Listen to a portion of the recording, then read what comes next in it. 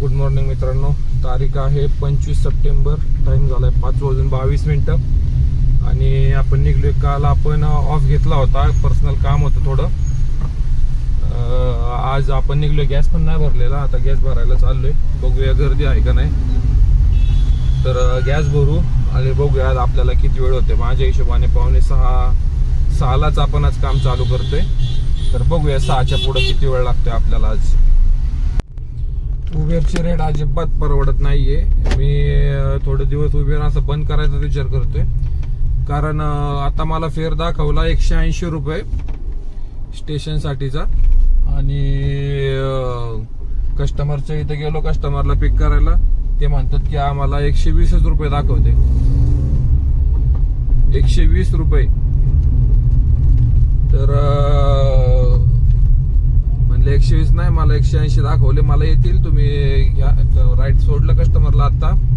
तर कस्टमरचं बिल 121 रुपये दाखवलं आणि आपल्याला आलेत 166 सॉरी 166 रुपये आलेत आपल्याला. तर असा काहीसा खेळ आहे. 14 किलोमीटरचे 166 रुपये. हे जर रॅपिडो किंवा ओला जर असतं तर कमीत कमी 200-250 रुपये आले असते आपल्याला. थोडस आता बघूनच राईड घेणार आहे. थोडं लेट झालं तरी चालेल, पण हे असं काम करण्यात काहीच पॉईंट नाहीये. तर ठीक आहे, बघूया आता इथनं कुठे जातोय. आलोय आपण स्टेशनच्या इथं. 25 ते 26 कॅब आहेत. टाइम झालाय 6:30. ट्रेन कमी आहेत का, कॅब पण दिसत नाही जास्त आणि ट्रेन पण नाही. राईड पण पडली नाही अजून इथं आल्यापासून, म्हणजे स्टेशनला सोडल्यापासून. नाही तर पडतात राईड. नावला ना उबेर ना रॅपिडो कसलंच नाही. तर आता 5 कॅब झालेत कमी. 21 कॅब दाखवतात मला आता. पण हा विचार चाललाय का आता इथं 21 कॅब म्हणजे कधी कधी 1 ते 5 पण लवकर निघत नाही. पण मॉर्निंग आहे, सकाळी पडू शकतं ट्रेन. येतातच थोडे उशिरा असतील, 7-7:30 तास काय तर असेल टायमिंग असेल. पण पडायला पाहिजे राईड. आणि उबेर तर काय रेट नको झालं, म्हणजे अशी रेट बघितले का इच्छाच होत नाही. आता एक तर ओला चालू करतो, म्हणजे ओलाची पहिली राईड पडन व्यवस्थित एखाद्या आपल्या साईडची. तर तेव्हा जेव्हा पण आपल्याला आपल्याकडची राईड असेल त्याच्यानंतर आपण ओला कंटिन्यू करणार आहे. ओलाचं एकदा स्टार्ट करून घेतो आज उद्यामध्ये, आणि नंतर उबेरला थोडंसं करतो, कमी करून बघतो. कारण रेट म्हणजे एवढे घाण्यात येतात का नको. एखादी राईड पडती चांगली, पण बाकीचे राईड अशा पडतात का ते आपल्याला इच्छाच होत नाही काम करायची. तर आता पण इथं बराच आले, म्हणजे 10-15 मिनिटं झालीत, राईड नाही. ठीक आहे, वेट करूया, बघूया रॅपिडो भेटते का काय, कोण किती वेळ लागतोय आपल्याला राईड पडायला. वेट करूया. आपण जवळपास 15-20 मिनिटं आणखी थांबलो. 6:50 झालेत. एक सुद्धा राईड नाही पडलेली. ते 16 ते 20 वरच अडकून बसले, स्टक झाले. सो आपण डिसाईड केलं की आपण एअरपोर्टला जातोय. तर आता इथनं आपण निघलोय. तर बघूया आता, म्हणजे दिवस स्लो आहे का काम स्लो झाले कळत नाहीये मला. आमचे वडील गावाला गेले, सो मला घरी थांबणं गरजेचं होतं. घरचं शॉप बघण्यासाठी 1 दिवसासाठीच होते, पण ते 1 दिवस आणखी थांबले. सो मी आज निघलोय. भाऊ ओपन करेल, माझा मोठा भाऊ आहे मला. तर ठीक आहे, बघूया आपण आता किती वेळ करतोय. असं फ्लो झाल्यावर काय कामाची इच्छा राहते मला सांगा. आपण मॉर्निंगला निघतोय व्यवस्थित का बाबा काम झालं पाहिजे म्हणून, आणि जर अशा प्रकारे राईड पडत नसेल तर मूड लागत नाही. आता ठीक आहे, मला ते फोरेक्स वगैरे आहे. आता मी सकाळपासून $2 जवळपास काम केलंय, म्हणजे निघलेत मला असं टाइमपास मध्ये. जास्त काय फंड नाहीये, $10-11 आहेत. $2 निघले. आता काल पण $2, $2.5 निघले. आज $2. असंच टाइमपास आपला 87 म्हणल्यावर 8-16 170 रुपये तिकडे झाले माझा अर्निंग. पकडून चालायचं. ठीक, टाइमपास हे तरी बरं आहे, काहीतरी डोक्याला चालना राहते. तर ठीक आहे, बघूया आता एअरपोर्टला गेल्यानंतर राईड कुठं पडते आपल्याला. आलोय आपण एअरपोर्टच्या इथं. पण इथं पण 110 कॅब आहेत पुढं, आणि सगळीकडे हे झेंडे लागलेत. राष्ट्रवादी, शिवसेना यांचे मिक्स झेंडे आहेत. काय प्रॉब्लेम आहे काय माहिती. सगळीकडे काहीतरी कार्यक्रम असेल, कोणतरी नेता किंवा काय, सगळीकडे रोडला इथं लागलेत, एअरपोर्ट रोडला. तर ठीक आहे, बघूया. दिवस आज वेट करण्यातच जातोय. बघू आपले पेशन्स लेवल किती टेस्ट होतात. आलोय आपण हिंजवडीला. एअरपोर्ट पासून हिंजवडीची राईड भेटली आपल्याला. 285 दाखवले होते आपल्याला. आपल्याला दिले 277 रुपये. 441 आपला अर्निंग झाले. गाडी चालली टोटल 47 किलोमीटर, 8:15 वाजलेत आणि कस्टमरचं बिल झालं तर 359 रुपये. ठीकठाक रेट होता, काय असं विशेष नाही. आता इथनं रॅपिडो किंवा ओला बघूया, कारण रेट जर व्यवस्थित असेल तरच राईड एक्सेप्ट.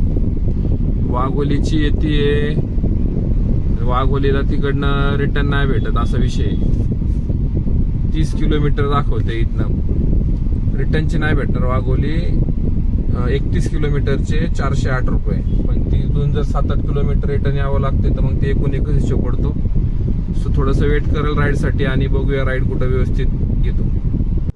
आता आपल्याला 2 राईड पडल्या. एक आली रॅपिडोची 160 रुपयाची, TCS फेज 3 ची, ती एक्सेप्ट केली. त्याच्यानंतर लगेचच आपल्याला एक ओलाकडनं राईड दिसली 300 रुपयाची, 300च्या वर काहीतरी होतं, याची एरवड्याची, पण कस्टमरने लोकेशन चुकीचं टाकले. मग मी काय केलं, रॅपिडोची कॅन्सल केली 160 वाली, कारण TCS फेज 3 ला इकडे ट्रॅफिक लागल म्हणून, आणि ती वाली एक्सेप्ट केली ओलाची.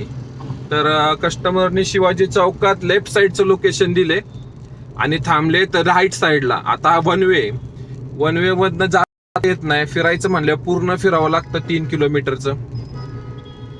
ते मलाच म्हणतात ते तुम्ही इकडं असं तसं थांबायचं. आता मला कसं काय कळेल कस्टमरचं लोकेशन कुठे? आपल्याला जे लोकेशन भेटणार आपण त्या हिशोबाने आपण राईड एक्सेप्ट करतो.